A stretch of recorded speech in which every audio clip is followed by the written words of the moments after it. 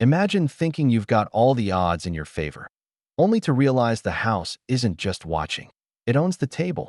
That's exactly what happened when one bold man tried to control a lake, not knowing the owner had all the power. Stick around, because this is a story of shock, revenge, and total domination. You won't believe what happened in this quiet lakeside community. A local HOA member, Karen, let's call her that because her sense of entitlement was off the charts, decided to confront a man about his boat. But this wasn't just any man. His name was Marcus, and he wasn't someone you mess with. Marcus was calm, confident, and used to handling situations with a level of control most people could only dream of. He had spent years building his life and career and everything he owned. He owned outright. It all started on a sunny Saturday morning. The sun sparkled off the surface of the lake. Birds were chirping, and a gentle breeze ruffled the leaves along the shore. Karen, clipboard in hand and an attitude bigger than the lake itself, marched up to Marcus while he was preparing his boat for a day on the water. Her heels clicked loudly on the wooden dock as she approached, and she wore that familiar expression of superiority that made everyone in the neighborhood roll their eyes. "You need to move your boat. It's blocking the community dock, and you're violating HOA rules," she said, her voice dripping with authority, as if she were some kind of law enforcement officer rather than a member of the neighborhood association. Marcus, who had been tightening the ropes on his boat and checking the motor, looked up at her. He didn't flinch. In fact, there was a hint of amusement in his eyes. Instead of responding with anger or defensiveness, he asked calmly, "And who exactly owns this part of the lake?" Karen puffed up her chest, clearly not expecting to be questioned. She looked around the dock like she owned it herself, then smirked confidently. "Well, the HOA, of course," she said. Her tone suggested there was no room for argument. What Karen didn't realize, though, was that she was speaking to someone whose presence alone could change the rules she thought were untouchable. Marcus had quietly purchased the entire lake property, including the docks, land surrounding the water, and even the fishing areas that many residents used freely without permission. The moment he calmly stated, "Actually, I own this lake," Karen froze. Her eyes widened in disbelief. Her mind raced. She had been so certain of her power that the idea that someone could simply own the land she was bossing around was almost inconceivable. Marcus continued, "And that includes the docks, the shoreline, and yes, even the fishing club you and your friends have been using." The color drained from Karen's face as she processed the revelation. Her confidence, which had seemed unshakable just moments ago, was crumbling rapidly. For a few tense seconds, neither of them spoke. Marcus remained calm, almost serene, exuding an air of quiet authority that made Karen fidget nervously with her clipboard. She opened her mouth to say something, anything, but the words didn't come. She realized, too late, that she had underestimated this man entirely. Marcus decided to take things a step further. Instead of scolding or embarrassing her in front of the neighbors, he chose a measured approach. He suggested they sit down at the small picnic table near the dock. Karen reluctantly followed, clearly unsure how to proceed. Marcus explained that while she had been enforcing rules she believed were legitimate, she had no authority over someone else's property. He detailed how he had purchased the lake legally and that any use of the property, including the activities of the fishing club, required his permission. But Karen's mind was spinning. She had imagined standing there, in control, making Marcus comply with the HOA rules. Instead, the tables had turned completely. Marcus didn't yell. He didn't threaten. He simply laid out the facts in a calm, unshakable manner that left no room for argument. He was polite, yet every word carried weight, showing that sometimes true power comes not from aggression, but from knowledge, preparation, and authority. By the end of their conversation, Karen's demeanor had completely changed. She realized that her assumptions about entitlement and control had led her into a situation she was completely unprepared for. Marcus had handled what could have been a heated confrontation with grace, turning the moment into a lesson in humility and awareness. Karen left the dock that day not just embarrassed, but with a new understanding of respect and boundaries. Meanwhile, Marcus went about his day, launching his boat into the sparkling waters with a quiet satisfaction. What could have been a conflict became a story the neighborhood would talk about for weeks. He had reminded everyone, in a subtle but unforgettable way, that entitlement only works until it meets someone who knows their worth and their rights. And as Karen watched from a distance, she couldn't help but realize that she had just met someone who truly owned more than she could ever imagine. Marcus, a successful entrepreneur and a man who valued his peace and privacy, had recently purchased the entire lake property along with the surrounding land. The sale had been quiet, almost secretive, and the neighborhood had no idea that someone had bought what they all thought of as community property. That included the very dock Karen claimed to enforce rules over, the shoreline where families and fishing enthusiasts gathered, and even the little cabins used for weekend getaways. Marcus had invested in the property not just as a retreat for himself, but as a space where he could control who came and went and ensure that respect and order were maintained. On that sunny morning, Marcus was casually adjusting his boat, making sure it was ready for a day of fishing and relaxation, when Karen appeared, clipboard in hand, full of authority and self-importance. She strode up to him, her face set in a determined scowl. "You need to move your boat. It's blocking the community dock, and you're violating HOA rules," she barked, fully expecting compliance. Marcus looked up from the ropes he was tightening, his expression calm, almost amused, as if he were observing a scene in a movie rather than being confronted in real life. "Actually," Marcus said slowly, deliberately, "I own this lake." The words fell like a hammer. Karen froze mid-step, her confidence wavering as she processed what he had just said. She blinked, unsure if she had heard correctly. Her mind raced. She had been coming here all these years, policing the area, enforcing rules, and thinking she held authority. But now, the person standing in front of her, someone she had assumed was just another neighbor, was revealing that he held absolute power over the land she thought she controlled. Karen opened her mouth to respond, but Marcus wasn't finished. He leaned slightly closer, not in threat, but with an air of quiet authority that left no room for argument. "And by the way," he continued, "this includes the fishing club you and your friends use without permission." The words landed like a punch. Karen's face flushed red. Her mind scrambled. All those weekends she had spent overseeing activities, making lists of violations, and lecturing members of the club, it had all been irrelevant. Marcus had been silently observing everything, watching the disrespect, the entitlement, the lack of awareness, and now he held the power to correct it. The tension was palpable. Karen's usual tactics, assertion, authority, intimidation, suddenly felt useless. Marcus didn't raise his voice. He didn't storm the dock. He didn't even show anger. He simply smiled, the kind of smile that came from someone completely in control, someone who understood the full weight of their position but didn't need to prove it with shouting or force. Karen could feel her confidence evaporating. She had underestimated him, and it was painfully obvious. For a few moments, there was silence. The gentle lapping of the water against the dock and the occasional chirp of a bird seemed unusually loud in the quiet standoff. Karen tried to think of something to say, some retort or excuse that would reassert her authority, but nothing came. Every scenario she imagined ended with Marcus calmly pointing out her lack of legal standing, leaving her argument moot. She realized that her whole approach had been based on assumptions that had now crumbled completely. Marcus continued speaking, though still softly. He explained that the property had been purchased legally, that it included the docks, the shoreline, and all surrounding areas. He clarified that any use of the lake, any activity including the fishing club, required his approval. And most importantly, he made it clear that respect and proper conduct were non-negotiable. Karen's eyes widened further as the reality sank in. All those times she had tried to enforce rules, she had been nothing more than a busybody interfering with someone else's property. Finally, Karen attempted to speak again, stammering, trying to assert herself. But Marcus raised a hand gently and said, "I hope you understand. It's simple. Respect the property, and everything is fine. Cross the line, and there will be consequences. That's all you need to know." There was no anger, no threat, only quiet authority that immediately established the balance of power. By the end of the encounter, Karen knew she had been thoroughly outmaneuvered. Marcus had taken control of the situation without aggression, without drama, and without humiliation. Yet the result was undeniable. She had misjudged him entirely.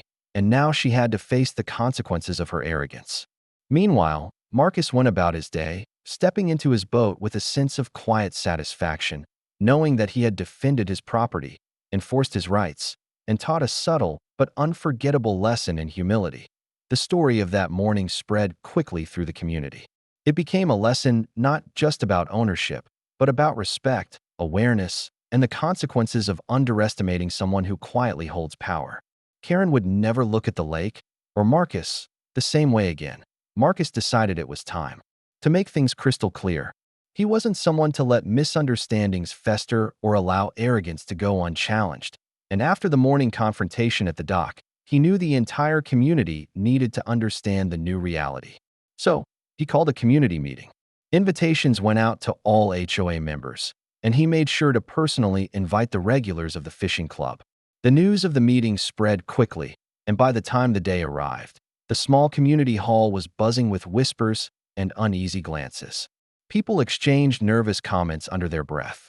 Marcus had always been known as confident and successful, but the idea that he now owned the lake and all surrounding property was astonishing.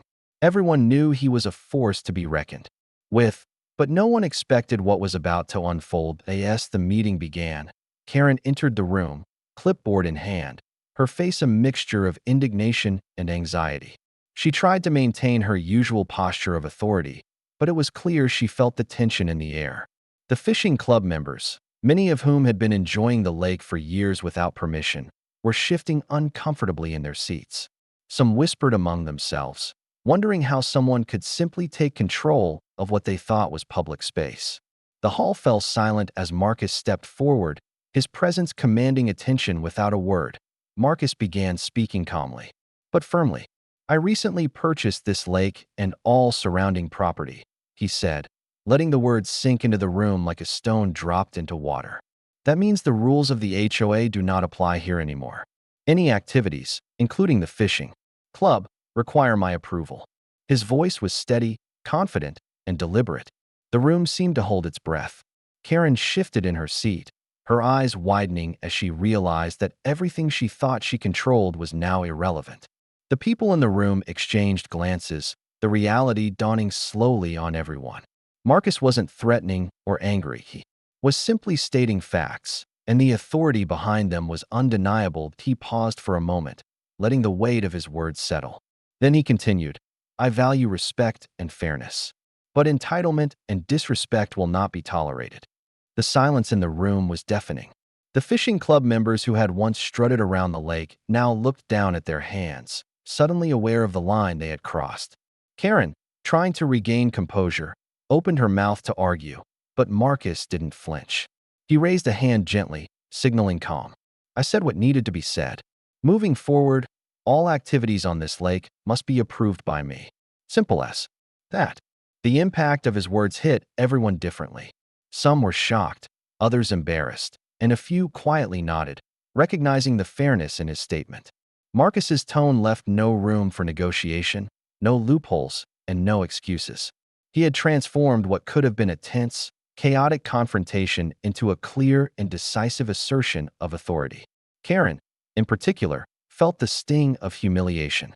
Her attempts to enforce imaginary rules and assert control had crumbled before the quiet power of Marcus's presence.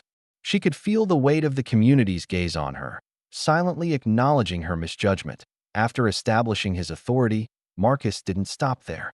He outlined how the property could be used in the future. He encouraged responsible enjoyment of the lake, emphasizing that activities could resume, but only with respect, proper permissions, and adherence to his rules. His message was firm but fair, and it left a lasting impression. The room, once buzzing with tension and whispered arguments, had now settled into a strange calm, as if everyone had collectively acknowledged that Marcus's control was not only real but unshakable. Karen remained seated, flushed and frustrated, realizing she had miscalculated entirely. She had assumed entitlement and assertiveness were enough to command respect, but Marcus had shown her that true authority comes not from aggression or position, but from knowledge, confidence, and decisiveness. The fishing club members slowly left the hall, some muttering apologies, others silent with newfound understanding. The meeting ended not in chaos, but in a clear restructuring of the community dynamic. By the time Marcus walked out of the hall, the message was unmistakable. He owned the lake. He set the rules. And anyone who had treated the property carelessly or arrogantly would now have to answer to him. Karen had learned her lesson in humility. The fishing club had learned the limits of entitlement, and the community had witnessed firsthand how quietly confident leadership could command respect without a single raised voice. That day, the lake wasn't just a body of water. It became a symbol of fairness, authority, and the importance of respecting boundaries. The news spread through the lakeside community like wildfire. Word traveled fast from neighbor to neighbor, dock to dock, and cabin to cabin. Within hours, everyone seemed to be talking about what had happened with Marcus and Karen. People gathered on porches, exchanged hushed whispers, and shook their heads in disbelief. Karen, still stunned from the events of the community meeting, couldn't comprehend how the very man she had tried to boss around had the power to completely evict her and her friends from the lake. Her sense of entitlement had convinced her. She could control the area, enforce rules, and dictate behavior. But now all of that seemed laughably naive. The fishing club members were equally shocked. Many of them had been coming to the lake for years, thinking they had free, unquestioned access. Weekends spent fishing, socializing, and enjoying the calm waters had become a routine, almost a rite in their minds. But Marcus's ownership changed everything. Suddenly, the docks they casually tied their boats to, the shoreline where they'd spent countless mornings casting lines, and the quiet corners where they shared stories, all of it belonged to someone who had the legal authority to control access, and he wasn't going to tolerate rule-breaking or disrespect. Marcus, however, didn't act out of anger. He didn't need to. His power was quiet but absolute. He wasn't seeking revenge or trying to humiliate anyone unnecessarily. He simply enforced what was rightfully his. Within a day, notices were sent out to every member of the fishing club and the HOA. The notices were formal, clear, and professional, detailing that all fishing club meetings were canceled indefinitely and that no member was allowed to use the lake or docks without prior permission. There was no room for debate, no loopholes, no exceptions. Everything was documented, leaving no chance for argument. For Karen, the humiliation was immediate and intense. She had prided herself on her authority, on being someone who enforced the rules and kept things in order. Yet now, in front of neighbors and the wider community, her influence had evaporated. Attempts to defend herself fell flat. She tried to argue that the HOA rules should still apply, that the fishing club had a tradition of using the lake, but Marcus had anticipated every objection. The community had already seen the truth. Entitlement and arrogance can only take you so far, and when faced with someone who truly understands their rights, those traits become weaknesses rather than strengths. The reaction among the community was mixed. Some people were relieved. They had seen Karen's bossy behavior for years, and her sudden loss of control brought a sense of balance and fairness. Others were in awe of Marcus's calm, measured approach. He hadn't yelled, threatened, or created a scene. He had simply presented the facts, asserted his ownership, and enforced rules with clarity and authority. In doing so, he had transformed what could have been an ugly, confrontational situation into a powerful lesson in respect and accountability. That Marcus's actions sent ripples beyond just Karen and the fishing club. They reminded everyone in the community about boundaries, responsibility, and the importance of respecting property rights. No longer could entitlement justify trespassing or disregarding someone else's ownership. The lake, once considered a communal playground, now had clear rules and a respected authority. The shift in dynamics was undeniable. Respect replaced entitlement, and humility replaced arrogance. Karen, meanwhile, retreated from the situation, her ego bruised, but her understanding forever changed. She realized that power doesn't come from intimidation or overconfidence. It comes from knowledge, preparation, and the ability to enforce your rights effectively. Watching Marcus handle the situation with composure and fairness left her with an unforgettable lesson. Respect must be earned, and overstepping boundaries has consequences. As for the fishing club, members eventually came to accept the new reality. They had to request permission for activities, follow Marcus's guidelines, and approach the lake with a renewed sense of respect. What had started as tension and confusion gradually shifted into cooperation and understanding. The lake became more orderly, and the community learned that rules and boundaries, when applied fairly, benefit everyone. In the end, what could have been a story of anger and resentment turned into a powerful example of how calm, confident leadership can transform a chaotic situation. Marcus hadn't just defended his property, he had taught a community the value of respect, fairness, and accountability. Karen's humiliation became a cautionary tale, while Marcus's actions set a precedent for how entitlement meets consequences. And above all, the lake, once taken for granted, became a symbol of order, respect, and the quiet authority that comes from knowing your rights and standing firm after the eviction. Marcus didn't simply walk away and leave the community to fume in confusion or resentment. He understood that true leadership isn't about punishment. It's about creating structure, fairness, and respect. So, instead of letting the lake remain a point of tension and conflict, he took the initiative to offer a chance for new, organized, and respectful community activities. But there was a catch. Everything had to happen on his terms. He wanted a space where people could enjoy nature, fish responsibly, and, most importantly, respect private property. No more entitlement, no more assumptions, and no more casual disregard. For boundaries, Marcus began by drafting simple, clear guidelines for using the lake. He emphasized that the lake could be a place of enjoyment for everyone, but only if everyone followed the rules. Fishing and boating were allowed, but only with proper coordination, respect for property, and adherence to safety and environmental regulations. Picnic areas were set aside for community gatherings, and he encouraged residents to sign up for slots so that the lake would never become overcrowded or chaotic. What might have seemed like strict rules at first quickly became a structure everyone appreciated. People began to understand that respect doesn't restrict freedom, it protects it. The community's reaction was gradual. Some people resisted at first, especially those who had long enjoyed the lake without oversight. Karen, in particular, struggled to come to terms with the new reality.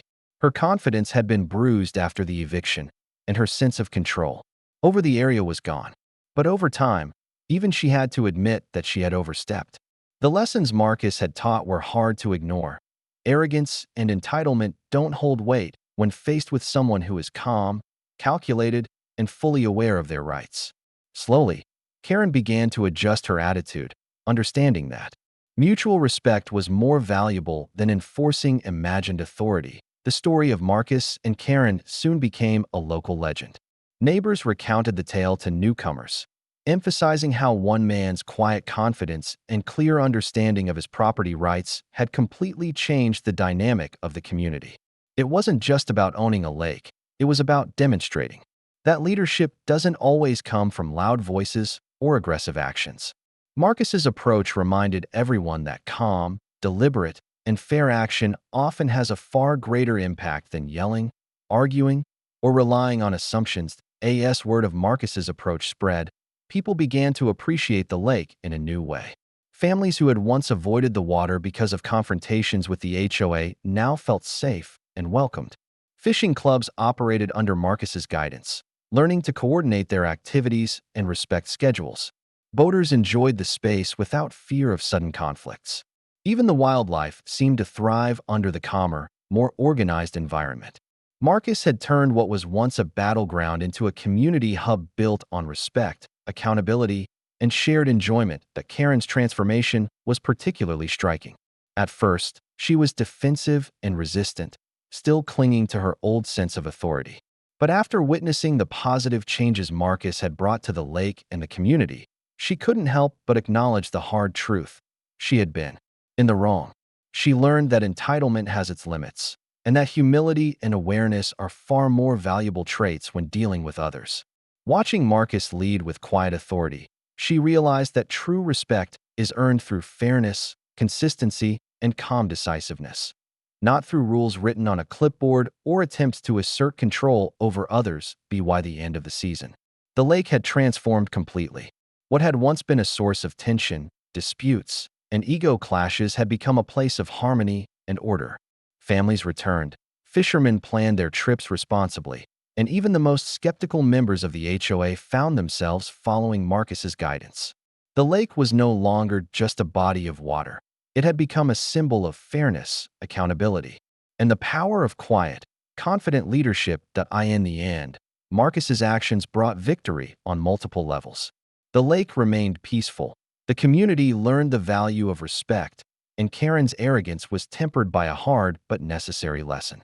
Marcus had not only protected his property, but also fostered a renewed sense of order and civility.